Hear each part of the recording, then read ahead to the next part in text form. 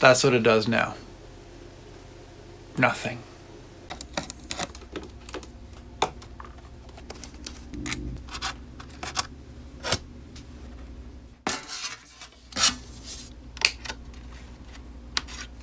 So, welcome back to the channel. It's been a while. I'm up over 400 subscribers now. That's pretty cool. This is about my MacBook, my 2011 MacBook, the one that died when I was at the Toyota dealership. No, it didn't die. It rebooted, and I took a bunch of fluff out of the fans, and then later it unfortunately died. It died the same death as my 2008 MacBook. My 2008 MacBook, I was watching a Casey Neistat video on YouTube, and it locked up, rebooted, and you'd see the Apple logo. It would go a little pixelated, and it would reboot again.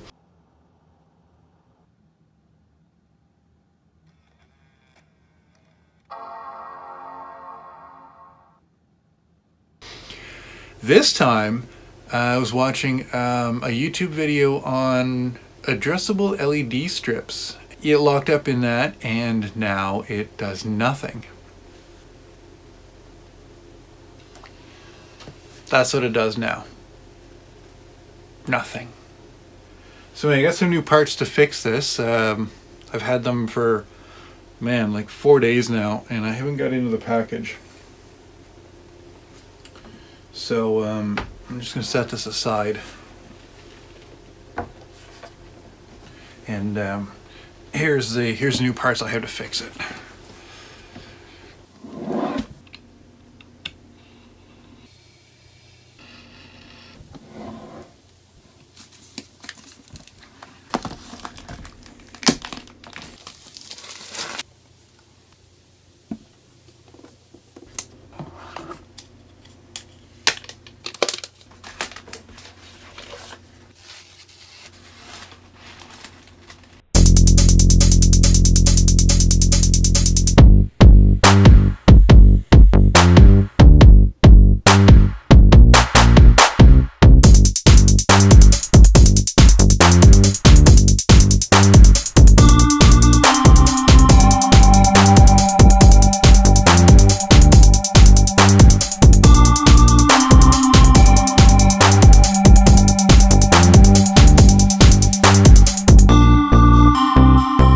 So what did you think about that B-roll?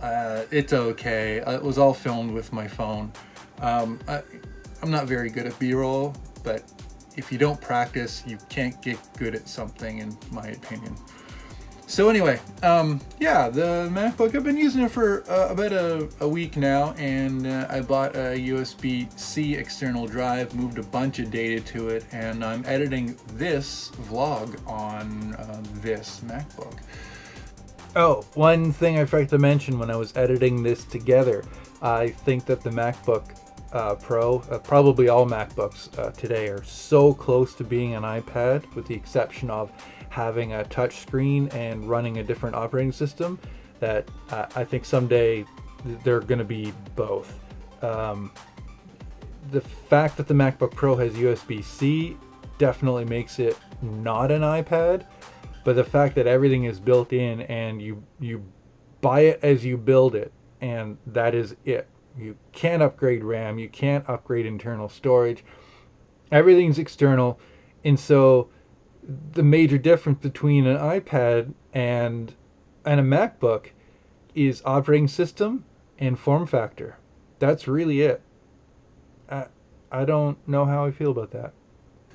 First off, I have to say, I bought a MacBook. I didn't go PC entirely because Apple has apps that I use. GarageBand, iMovie, somewhat. Mostly, though, it's Messages. Messages is something that's critical to my workflow and almost everything I do.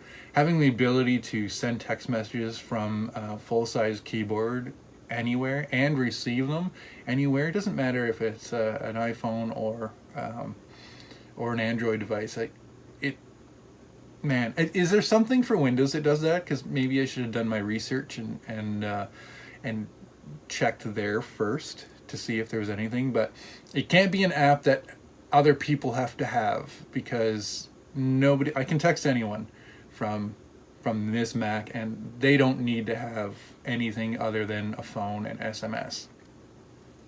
iMessage definitely works better because you have the ability to do group messages, but whatever, I'm not going to go down that road. Overall, it's really fast for editing. I kind of held on to that Mac Mini for a little too long now that I've been working on this.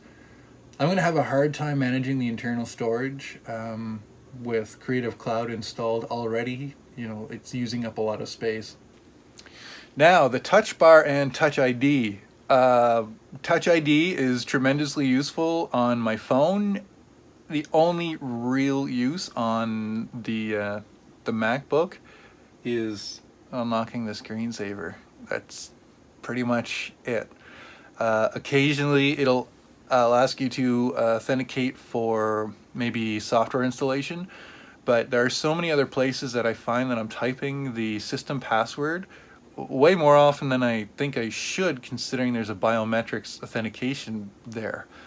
The touch bar, it's super neat, but I'm already really familiar with a lot of keyboard shortcuts, so I don't find myself using that.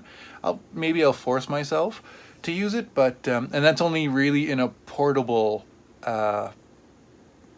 capacity. If I'm already out doing something and I don't have an external keyboard and I'm only working on the laptop, I think that it's probably going to be a little more useful than at a workstation setup where there's an external keyboard, another monitor, and that sort of thing.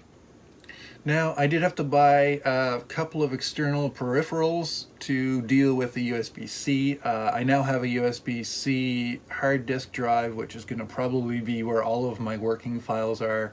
I'll try to keep all the apps and maybe my home directory in the built-in SSD. It's only 256 gigs though, so I'm going to have some storage management issues. I also bought a Hitachi USB-C hub that gives me USB 3, HDMI,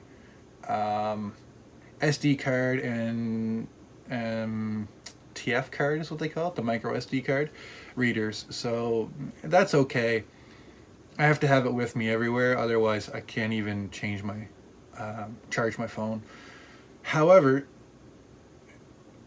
the 2011 MacBook did not have the ability to use AirDrop, and I've been using AirDrop like crazy since I got this new laptop. There's no need for me to plug in the iPhone with AirDrop.